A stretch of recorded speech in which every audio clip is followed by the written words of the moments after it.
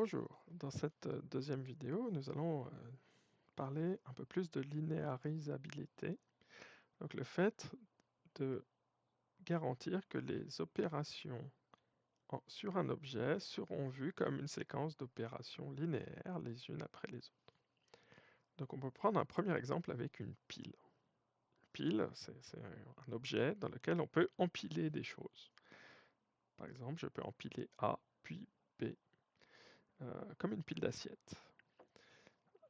Mais si je fais cet empilement de d'abord A puis B, eh bien, il faudra d'abord que je dépile B et après que je dépile A. Donc le nombre d'opérations totales dépilées sera noté par ndep et le nombre d'opérations empilées sera noté par namp. Ce qu'on peut dire, c'est que pour dépiler quelque chose, il faut l'avoir empilé. Donc la différence entre namp et ndep elle est strictement positive. Si on donne une taille limite à notre pile, ce qui est quand même souvent le cas sur une machine physique, alors il faudra que le nombre d'empilements moins le nombre de dépilements soit strictement inférieur ou égal à n.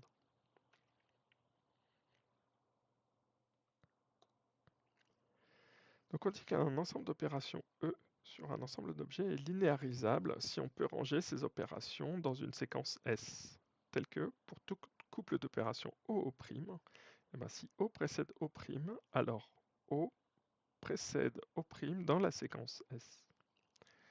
Donc une séquence est légale pour tous les objets qui respectent les conditions de cohérence intrinsèques pour l'objet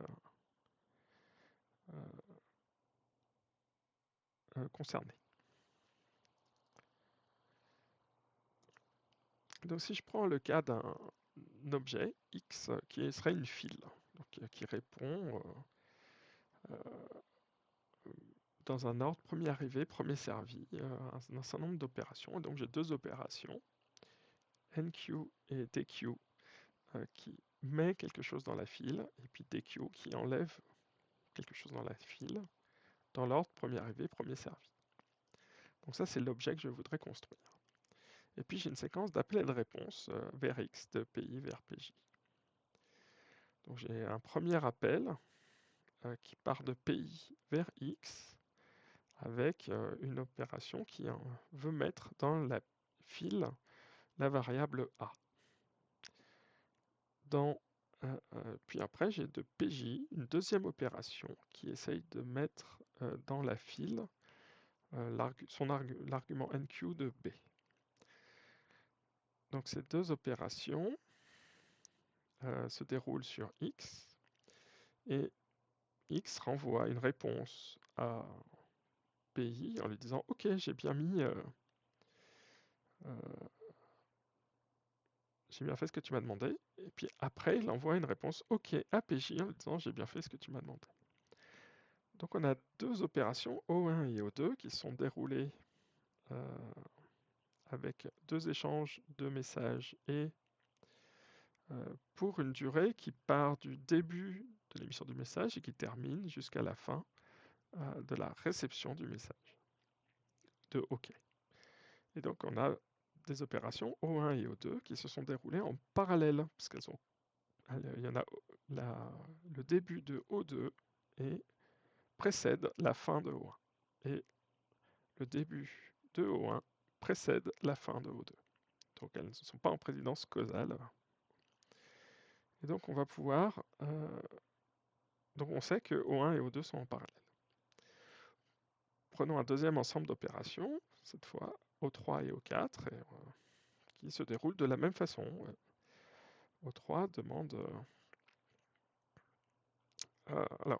mais l'opération complémentaire de dépilage. Donc l'opération O3 demande de dépiler à X une valeur, et puis l'opération O4 demande à X de dépiler la valeur. Et puis X va répondre en disant voilà, la valeur que j'ai dépilée, c'est ça. Et la difficulté, c'est que X n'est pas un objet unique. Et donc il ne faudrait pas, ce qui est très dangereux, ce qu'il faut éviter, c'est que si X répond A, O1 par exemple. Ah bah ça y est, je viens de dépiler B, et puis il répond dans O4, tiens voilà, je viens de dépiler A. Nous sommes dans une FIFO, hein. Donc comprendre que A a été mis avant B, B a été mis avant A. Tant qu'il n'y a pas d'ordre, tout reste cohérent.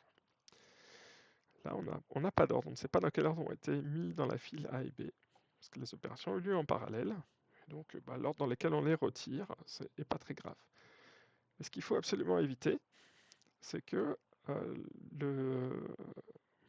la réponse de X ne soit pour les deux machines « Ah oui, tiens, j'ai dépilé B aux deux ». Et ça, c'est difficile, parce que X, c'est pas une seule machine, c'est un ensemble d'objets distribués. Donc une séquence, elle est linéarisable. Par exemple, ici, on peut faire O2, O1, O3, O4, parce que les conditions de précédence sont remplies et les conditions de cohérence également.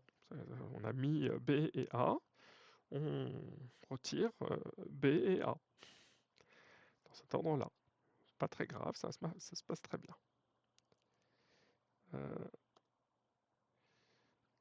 Si on a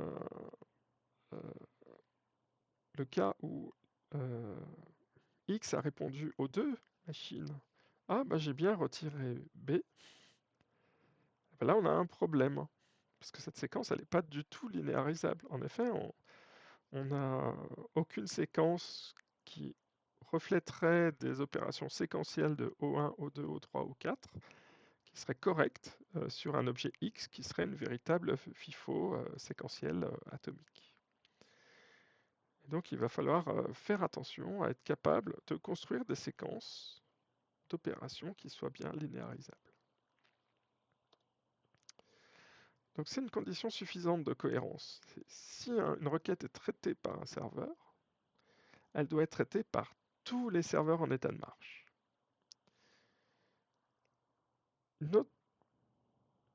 Donc si une requête est traitée, elle est traitée par tout le monde.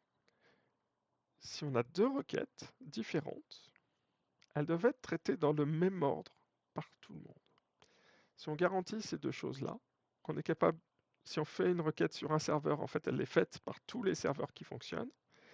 Et si on a deux requêtes différentes, eh ben, elles sont faites dans le même ordre par tous les serveurs qui fonctionnent. Alors, on a une condition suffisante pour avoir une cohérence et une linéarisabilité des objets dupliqués. Donc, dans la prochaine vidéo, nous verrons plus en détail comment construire notre ensemble de serveurs tolérants aux fautes.